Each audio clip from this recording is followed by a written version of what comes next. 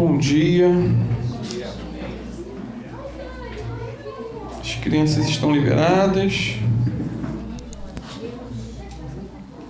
É sempre um drama e uma angústia sobre o que pregar. Sobre o que pregar. Mas quero te convidar a abrir a Bíblia no Evangelho de João. Estaria pregando sobre a Trindade, mas deixa para a próxima. Fala disso.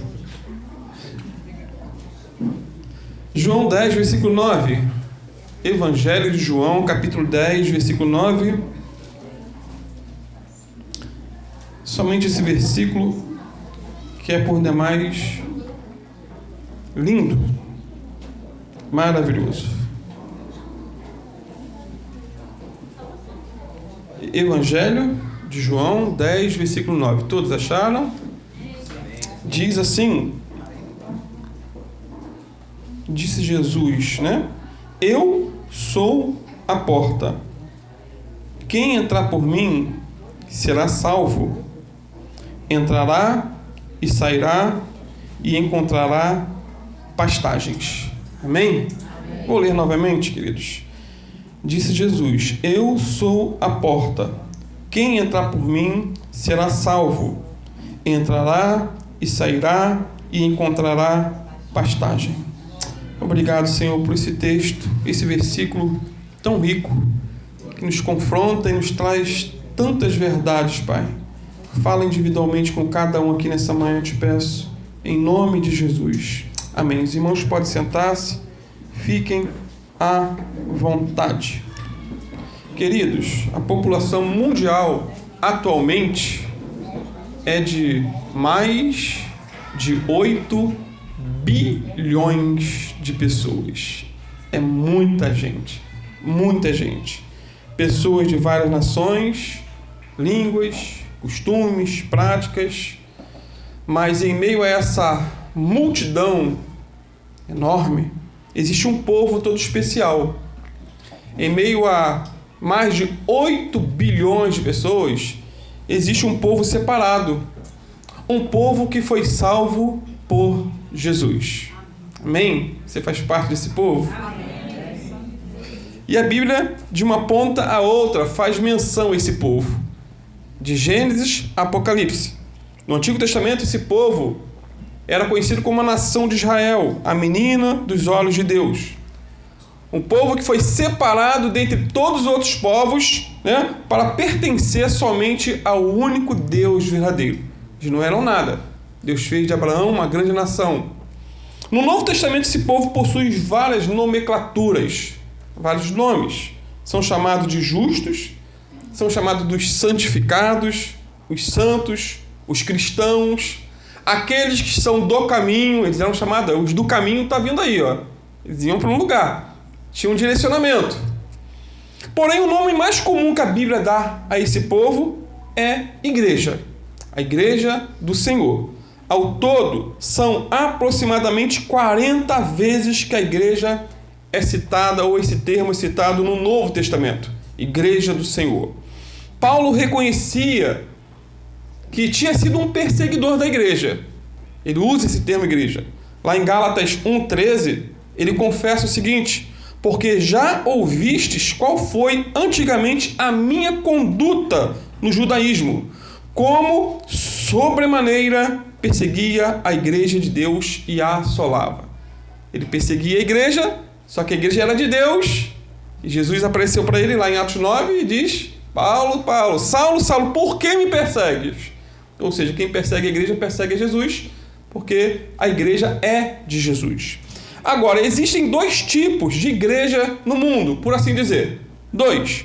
Existe a igreja militante e a igreja triunfante. Isso é interessante de se conhecer. A igreja militante, ela está aqui na terra, militando, combatendo, caminhando. Por isso que ela é militante. Vem aí um termo a nível de exército, né? Militar, é um termo militar, militante.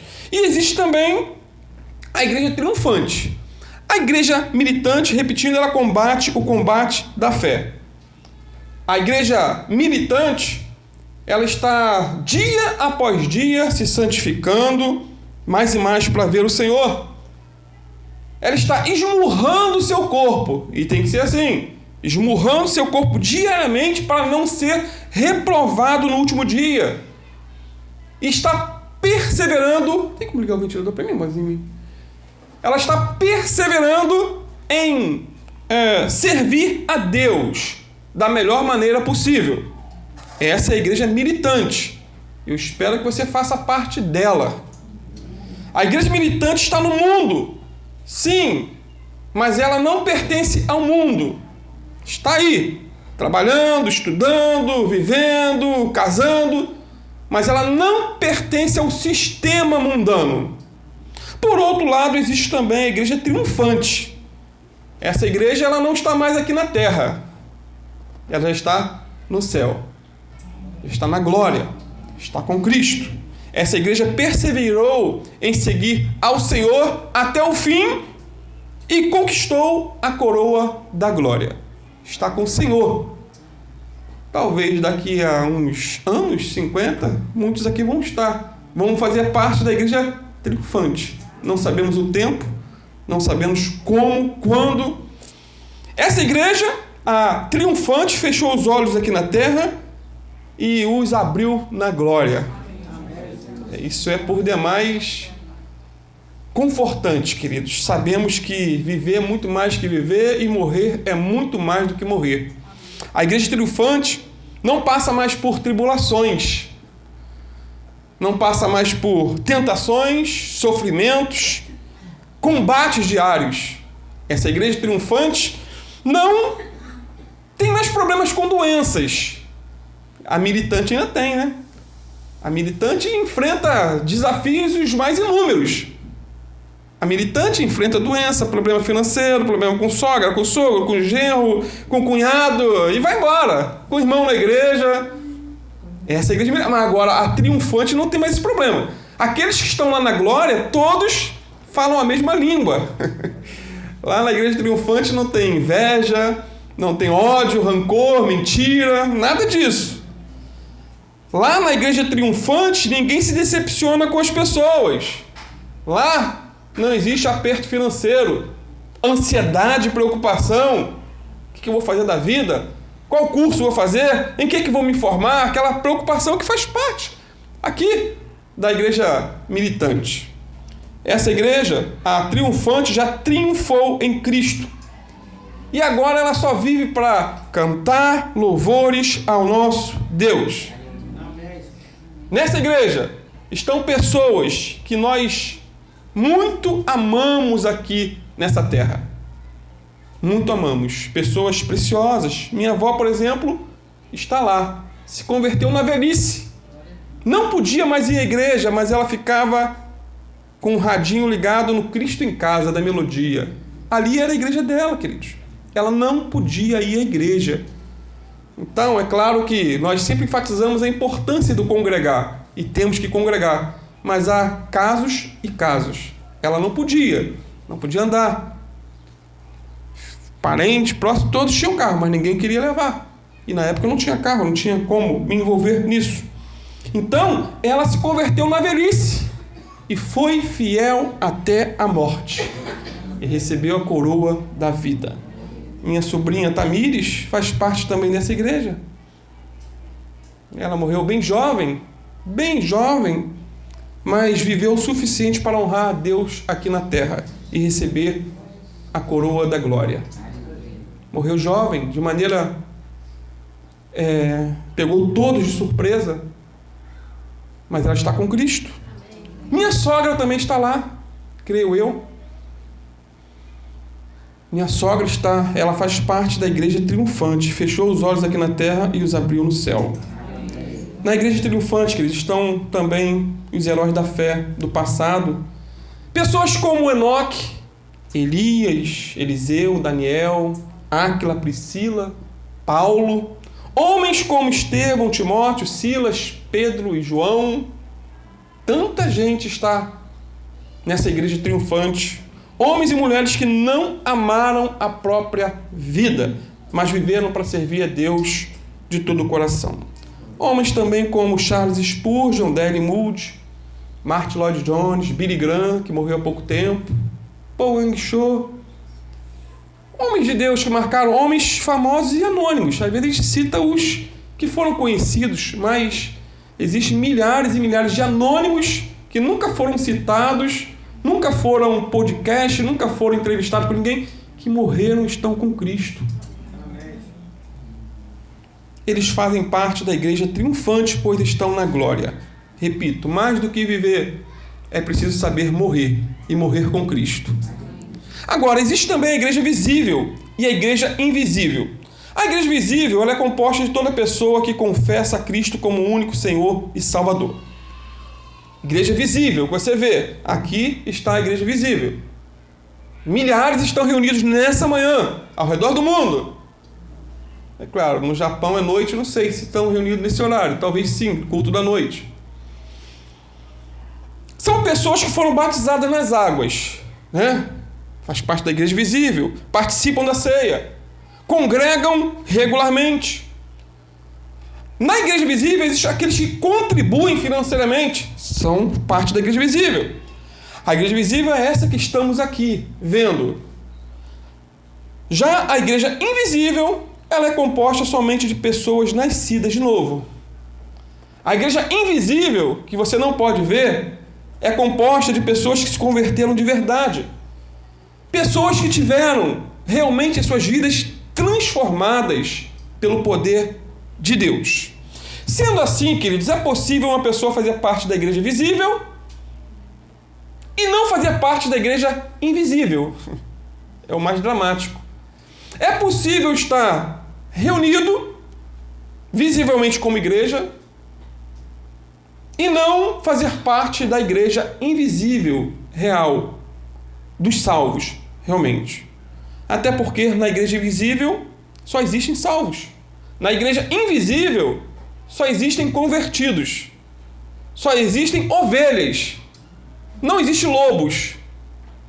Na igreja invisível só existe trigo, não tem joio. Só que Jesus falou, né, na sua parábola que na igreja visível tem joio e trigo. Tem ovelhas e tem lobos. Que Deus nos guarde. Possamos orar, Senhor. Eu sei que humanamente falando, o joio sempre vai ser joio, dentro da agricultura, né? Dentro da questão animal, não sei qual é o termo que se usa, a ovelha é sempre ovelha e o lobo sempre é lobo. Agora, Deus transforma lobo em ovelha, espiritualmente falando. Transforma joio em trigo, né? Porque todo aquele que hoje é trigo, um dia foi joio. Todo aquele que hoje é uma ovelha, um dia foi um lobo. Todo aquele que hoje é um salvo, um dia foi perdido. Então que a nossa oração seja: Senhor, se eu sou lobo, me transforma em ovelha. Se eu sou joio, eu não quero ser queimado não, eu quero ser trigo. Transforma meu coração, muda a minha vida.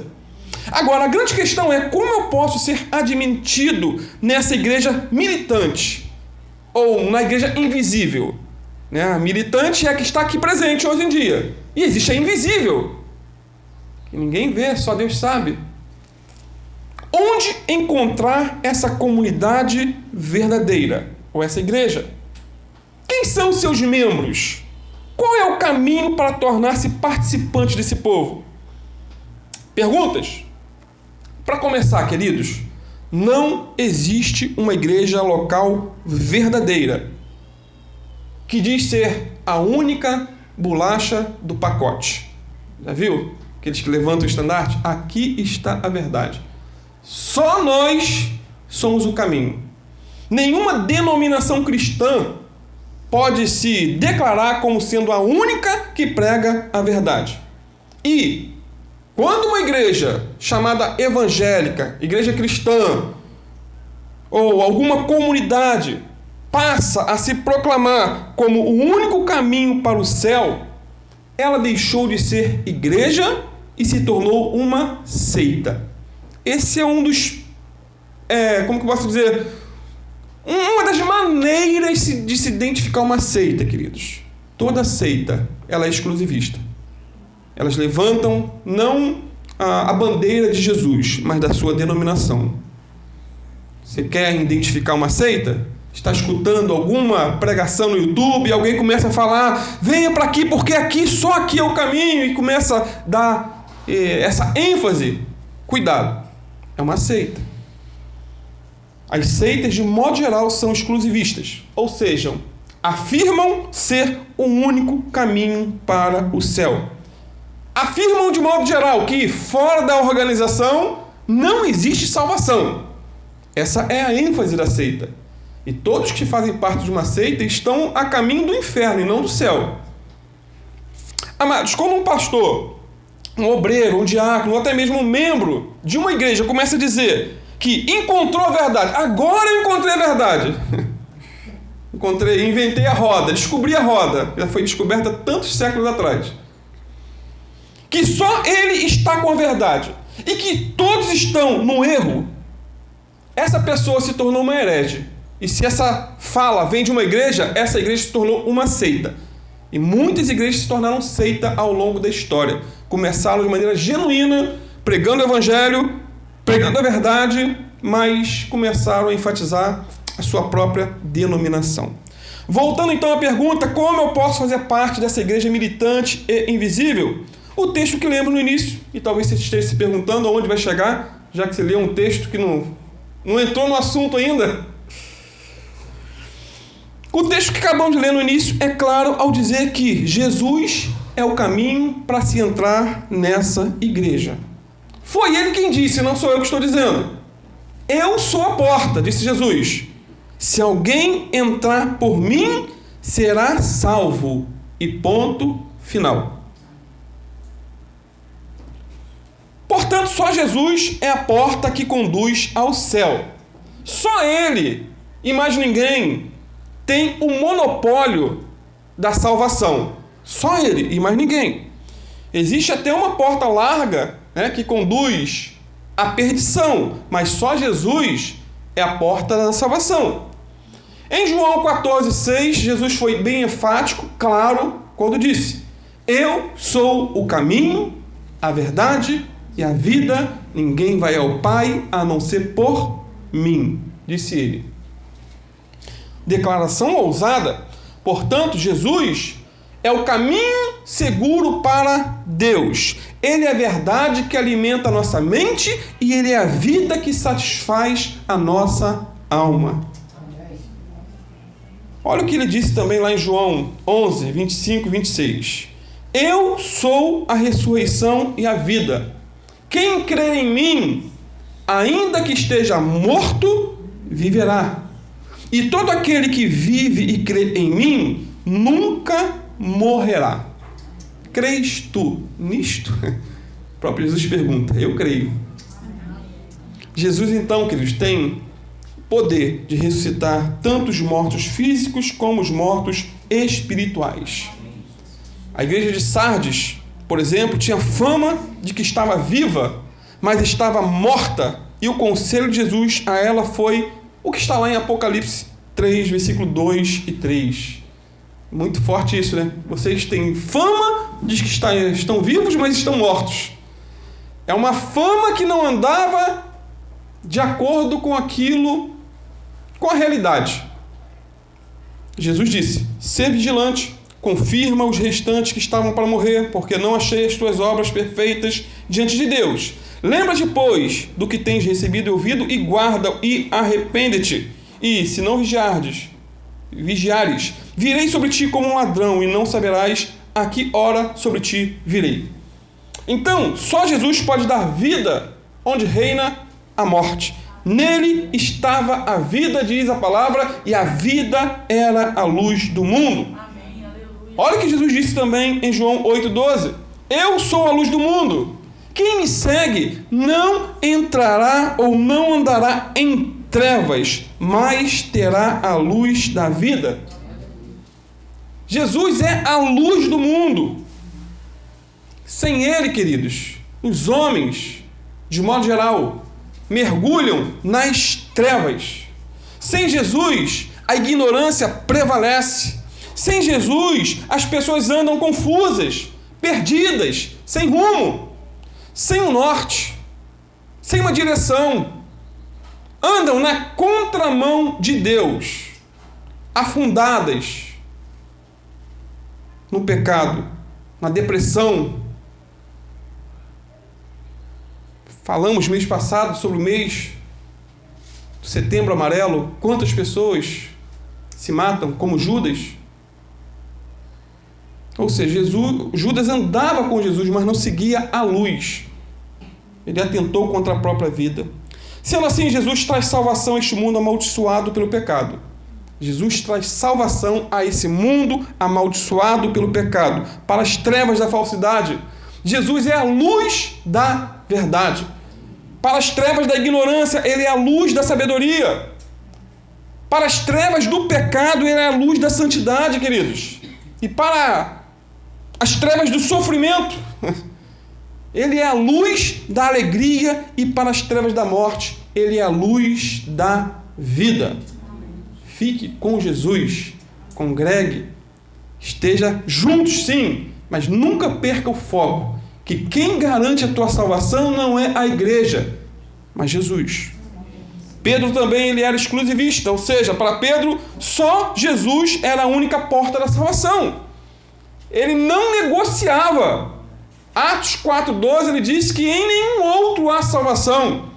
Nenhum outro há salvação, porque também debaixo do céu nenhum outro nome há dado entre os homens pela qual devamos ser salvos. Ou seja, Pedro não vacilou. Ele não adocicou sua mensagem dizendo que todos os caminhos levam a Deus. Independente para onde você vá, qual igreja você congregue, qual religião você siga, você vai estar no caminho para o céu. Não, queridos, não são todos os caminhos e todas as religiões e todas as igrejas que levam para o céu. Só Jesus leva para o céu. Ele foi firme em dizer o quê? Só Jesus tem o monopólio da salvação. Repito, enfatizo, igreja não salva. Pastor não salva. Doutrina correta não salva. Só Jesus é o Senhor e Salvador.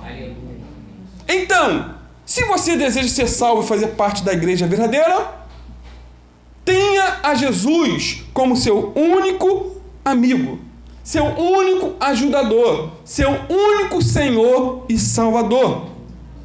Eu sempre digo, qualquer dia você pode mudar de igreja, como denominação, mas nunca mude de Senhor, pois não existe outro Senhor além de Jesus.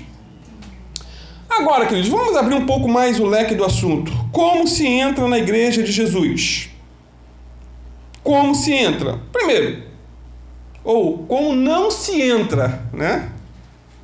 Como não se entra? Primeiro, não é através do batismo nas águas. Estamos aí para ter mais um batismo. Dia 22, se Deus quiser. Na casa da filha da irmã Zilda. Mas não é o batismo que salva. O batismo é para os salvos. É para aquele que já se arrependeu, já reconheceu a Jesus como Senhor e Salvador, e agora ela quer obedecer ao que o próprio Jesus mandou. Quem crê e for batizado será salvo. O crer vem antes do batismo. O batismo é para quem crê verdadeiramente em Cristo e não para se crer em Jesus. Por isso que não batizamos crianças, bebês. Eles não creem. Como que o bebezinho vai crer? Crê em quê? Até porque existem milhões, queridos, e milhões de pessoas no mundo que um dia foram batizadas nas águas, mas não foram salvas por Jesus. Não entraram na igreja de Cristo. Tomaram um banho. Às vezes um banho gelado, um banho quente, um banho na piscina, um banho no rio. O batismo nas águas não é a porta de entrada para a igreja. O batismo nas águas não regenera o coração. O batismo nas águas não perdoa pecados. E muito menos nos santifica. Não estou menosprezando o batismo, tá, queridos? Só estou colocando os pingos nos is. Não é a prática, não é um mergulho. Já viu aquela historinha, né? Que os irmãos iam batizar no rio, ou até preferem batizar em rio do que em piscina, porque dizem que dependendo da quantidade de pessoas que vão batizar ali, o acúmulo de pecado está muito grande. Fulano já tem 10, 20 e ficou tudo ali. Como se a água fosse acumulando pecado na água. Então você vê até onde vai o pensamento do ser humano. Então, quem nos regenera é o Espírito Santo de Deus. Quem nos santifica é o Espírito Santo de Deus. O selo da salvação é a fé pessoal em Jesus Cristo, como nosso único, suficiente e eterno Salvador e Senhor. A fé sempre deve vir primeiro do que o batismo. Marcos 16,16 diz: quem crê e for batizado será salvo, quem não crê será condenado. O crer vem antes do batismo e não depois. Então, o sinal externo do batismo só é válido quando há uma transformação interna operada pelo Espírito Santo. Quando o apóstolo Pedro pregou em Atos 2, o povo perguntou: o que faremos, irmãos? Pedro respondeu: arrependei-vos e cada um de vós seja batizados em nome de Jesus Cristo. Ou seja, segundo Pedro, inspirado pelo Espírito Santo, o arrependimento de pecados vem antes do batismo nas águas. Primeiro, Jesus transforma o nosso coração, depois somos batizados nas águas em obediência à palavra de Deus. Amém, queridos? Todos entenderam? Segundo, não se entrega ou não se entra na igreja filiando-se a uma denominação ou uma religião. Muitos pensam que só porque são membros ativos de uma igreja evangélica são salvos. Não, eu sou da igreja, então eu tenho lá o nome escrito no livro da vida porque eu pertenço a uma igreja ou a uma religião. Muitos pensam que a porta da salvação é a sua denominação. Fora daqui, não há salvação. Muitos entendem. Alguns acham que até que fora da sua denominação não existe salvação. E existem igrejas exclusivistas. Igrejas que nós conhecemos que às vezes não é nem a ênfase da igreja, mas o próprio membro pensa assim: não, fora daqui não tem, porque todas estão perdidas, pregando um outro evangelho, só nós pregamos a verdade. Que Deus nos guarde disso. Uma igreja cristã, por melhor e mais bíblica que seja, não pode garantir a salvação de ninguém. Ninguém. A igreja pode até apontar o caminho, mas ela não é o caminho. A igreja pode até apontar a porta, mas ela não é a porta. Ela pode até apontar para a vida, mas ela não é a vida. Só Jesus é o caminho, a verdade e a vida. Ponto final. Jesus é a porta da salvação e não a igreja, por melhor que seja. Você sabia, queridos, que uma igreja uma pessoa pode ter um nome no livro de membros da sua igreja e não ter um nome no livro da vida? Pode. Ela faz parte ali da membresia, está com o nome ali, mas o seu nome não está no livro da vida. Você sabia que a pessoa pode ter um certificado de batismo, como sempre damos? As pessoas pegam um certificado, batizado nas águas, tira foto, lindo, não temos nada contra, fazemos isso. Ela tem um certificado de batismo, mas ela pode não ser selada com o Espírito Santo. Você sabia que uma pessoa pode tomar ceia mensalmente, como nós vamos participar daqui a pouco? Vamos participar da ceia do Senhor. E mesmo assim, quando morrer, ir para o inferno? Pastor, que palavra dura domingo de manhã chuvoso. Por que não falou sobre vitória, sucesso, prosperidade? Você sabia que uma pessoa pode ser uma contribuinte fiel? Dizimista, tem gente que é assim, querido. Eu conheço ímpios que são dizimistas. Tem aquele zelo. Contribui fielmente. Mas mesmo assim não ser igreja. É possível, queridos. É possível. Ou seja, então temos que fazer as coisas certas pela motivação certa e não fazer porque fazendo nós estamos salvos por fazer. Não, quem salva é Jesus. Amém? Batismo nas águas é bênção, temos que batizar. Participar da ceia é bênção, temos que participar. Congregar, temos que congregar. Contribuir, temos que contribuir. Mas nada disso garante a nossa salvação. Quando chegar lá na graça, na glória, nós, os salvos, não vamos poder falar assim: eu estou aqui porque eu fiz. Não, querido, mas porque Ele fez. Ele deu a vida por nós. Ele morreu a nossa morte para que vivamos a sua vida. Meu objetivo nessa manhã é te fazer pensar examinar. E até, por que não dizer, duvidar um pouco da sua salvação. Pastor, é correto? Não, é melhor duvidar e ir para o céu do que ficar com muita certeza e ir para o inferno. Tem gente que tem certeza, bate, não, eu tô, né?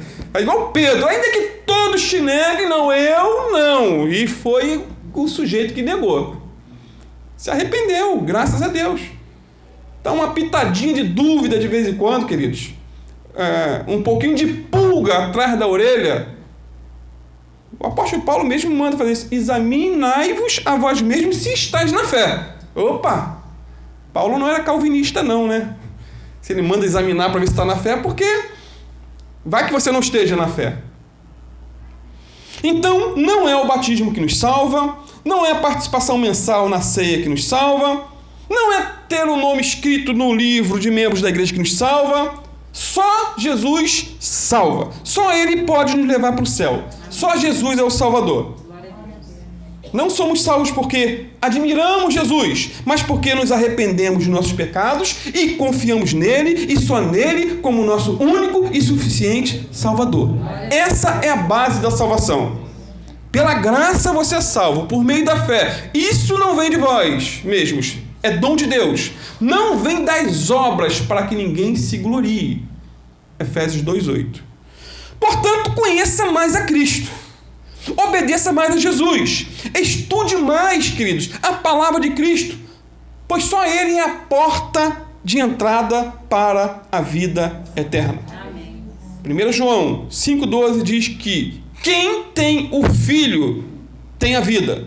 Quem não tem o Filho de Deus não tem a vida eterna.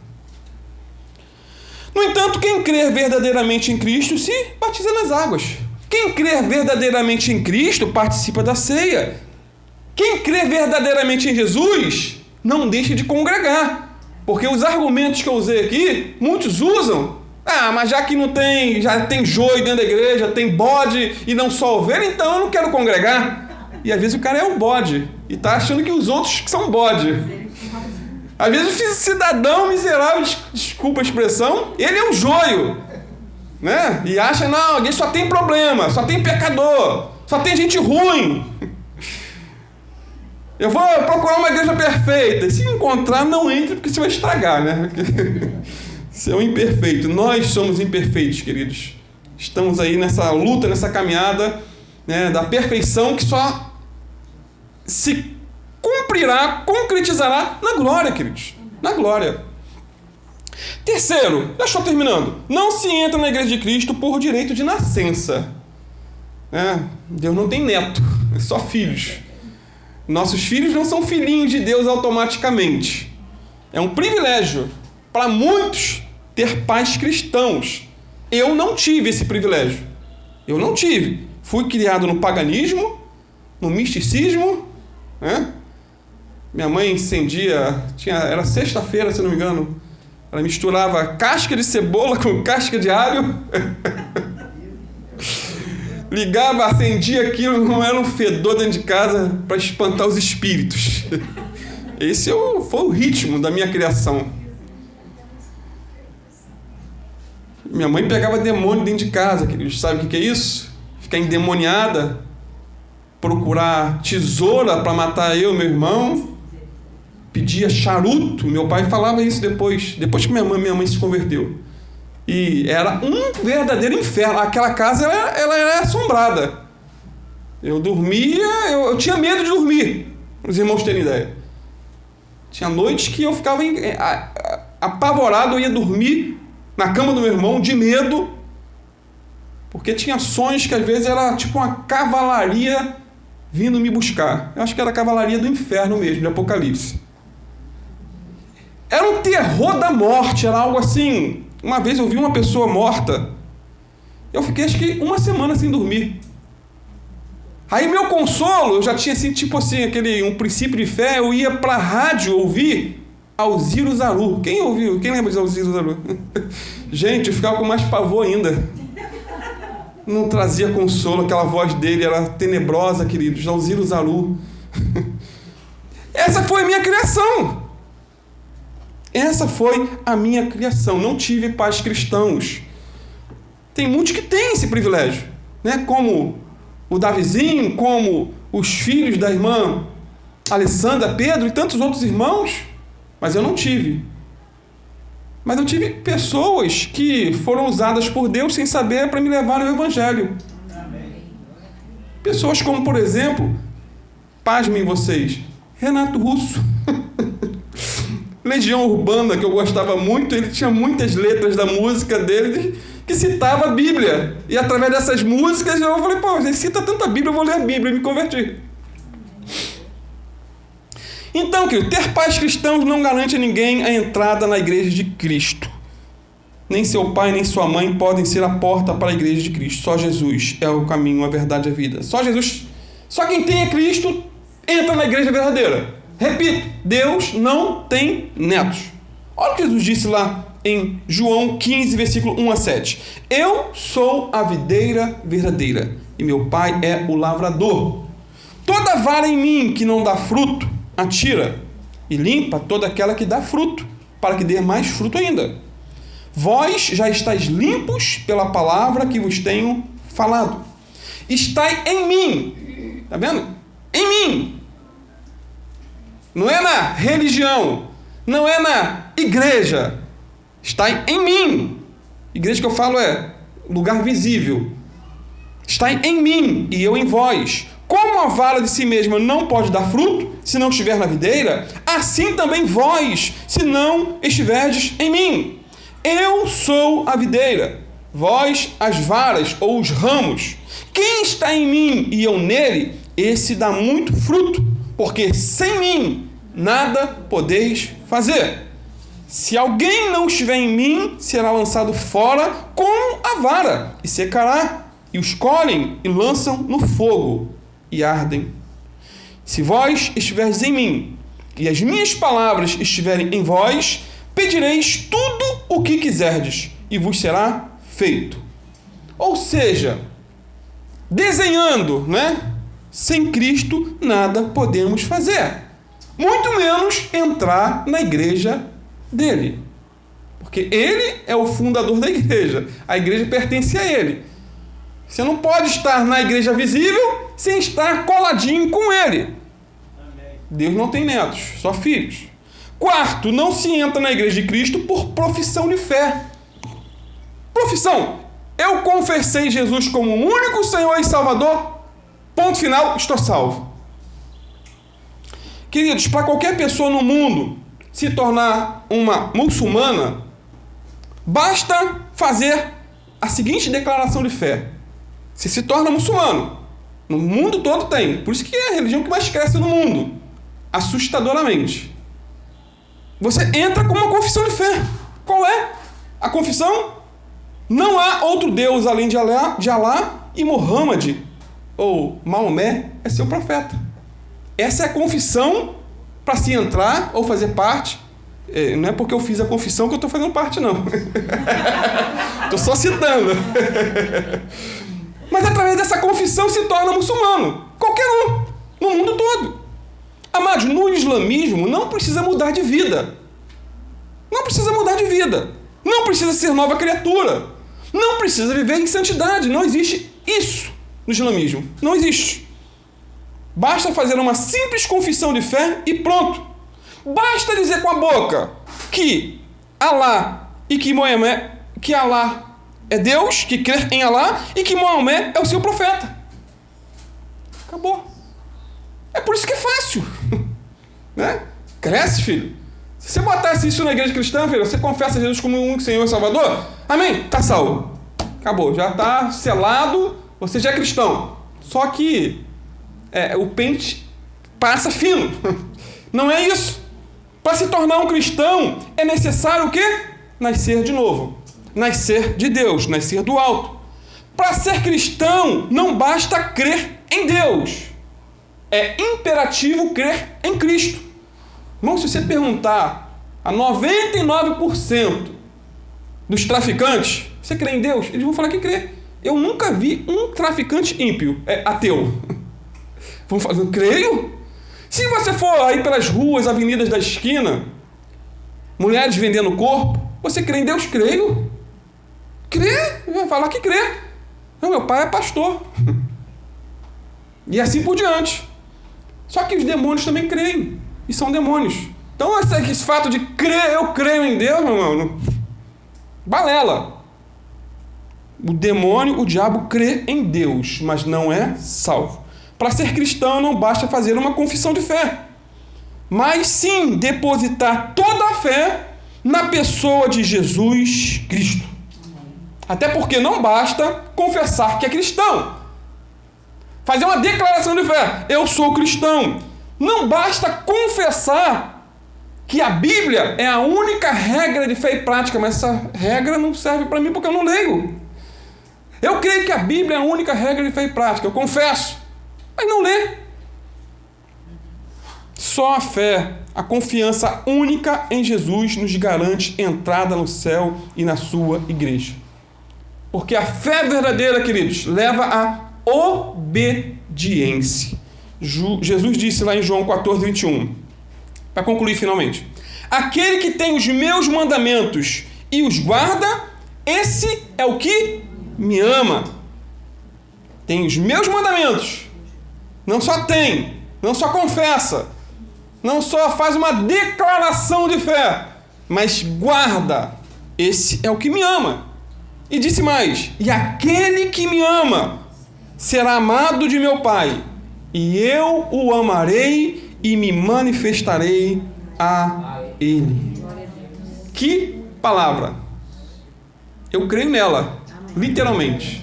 Eu creio na autoridade de quem disse, na inspiração, e mais do que crer, eu preciso viver isso, com a ajuda do Espírito Santo. Amém, queridos? Vamos ficar de pé. Tinha muito mais o que falar, mas eu entendo que até aqui é o suficiente. O foco é Jesus. Se apegue a Ele, busque a Ele, ame a Ele. Quando enfatizamos Jesus, não estamos com isso, menosprezando, desdenhando do Pai e do Espírito Santo. Estaria pregando sobre a Trindade hoje. E estes três são um, como diz 1 João 5, versículo 7. Mas o foco é em Jesus, porque Ele é o nosso Senhor e Salvador. O foco é em Jesus porque Ele mesmo disse: tudo que me diz ao Pai em meu nome, eu farei. É em tudo, queridos. Na oração, você não pode orar se você não usar o nome de Jesus, reivindicar a pessoa de Jesus. Ele morreu a nossa morte, ressuscitou, está vivo, está conosco. Tem mudado a tua vida? Eu creio, tem mudado a minha. E essa mudança não chegou no ápice, só na glória, mas caminhamos de glória em glória. É um passo de cada vez. É uma caminhada rumo à glória. Senhor, te louvamos, Senhor, por esse versículo tão impactante, quando o Senhor chama a si a entrada da salvação, dizendo: eu sou a porta, quem entrar por mim será salvo.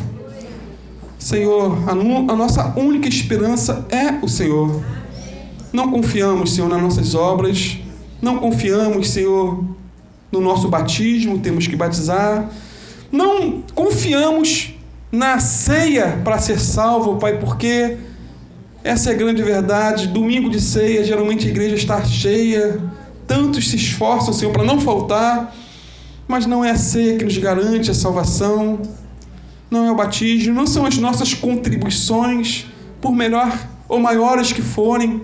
Não compramos a nossa salvação, Pai, por meio daquilo que fazemos, mas somos salvos por meio do que o Senhor fez por nós, ao entregar a sua vida por amor a cada um de nós. Muito obrigado, Senhor. Te agradecemos de coração, porque mesmo sendo pecadores, como diz a Tua palavra, mesmo quando éramos ímpios, o Senhor morreu por nós, doou toda a sua vida, derramou todo o seu sangue. A Tua palavra diz que fomos comprados por bom preço, preço de sangue, o sangue da nova aliança. Te louvamos, Senhor, por tudo. Ah, Senhor, te adoramos na beleza da tua santidade, te glorificamos, Senhor, te bendizemos, te rendemos graças.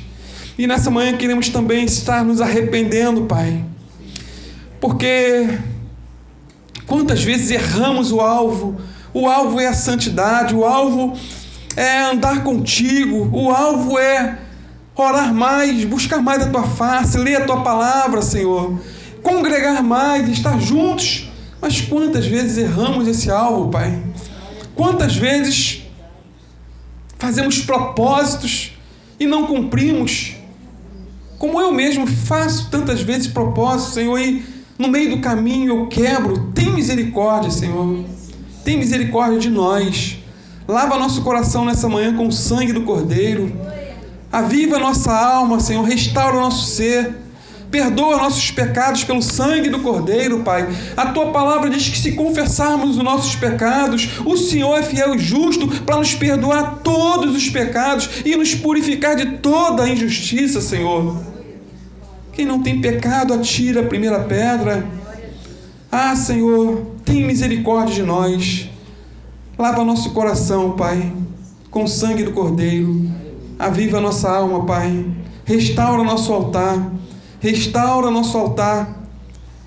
Ah, Senhor, nos convence, Senhor, mais e mais da necessidade de nos envolvermos também no Teu reino, envolvermos na Sua igreja, na Sua causa, Senhor, na pregação do Evangelho, no evangelismo, na visitação.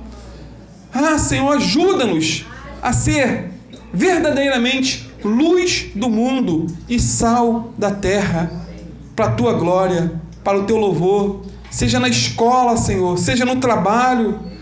Ah, Senhor, seja por onde quer que formos, Senhor, que possamos iluminar, ter uma palavra de conselho, uma palavra de ajuda, uma palavra de salvação, de orientação, apontar o norte é Jesus, Ele é o caminho, a verdade, a vida. Ajuda-nos, Senhor, te pedimos, em nome do Teu Filho Jesus, te glorificamos por tudo. Louvado seja o Teu nome. Eu quero convidar ao Davizinho, ele vai estar ministrando um louvor.